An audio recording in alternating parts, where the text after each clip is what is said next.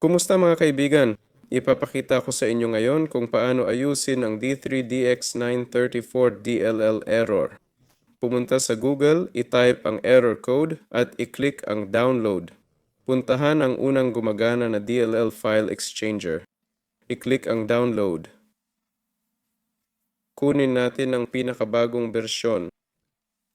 Sagutan ang CAPTCHA. I-click ulit ang download.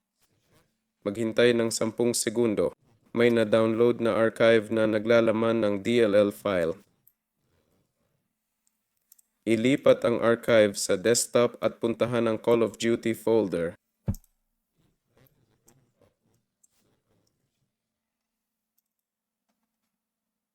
I-drop lang ang DLL file dito. Yun lang yon. Si Valor to. Like at subscribe sa channel. Ingat kayo at good luck sa lahat.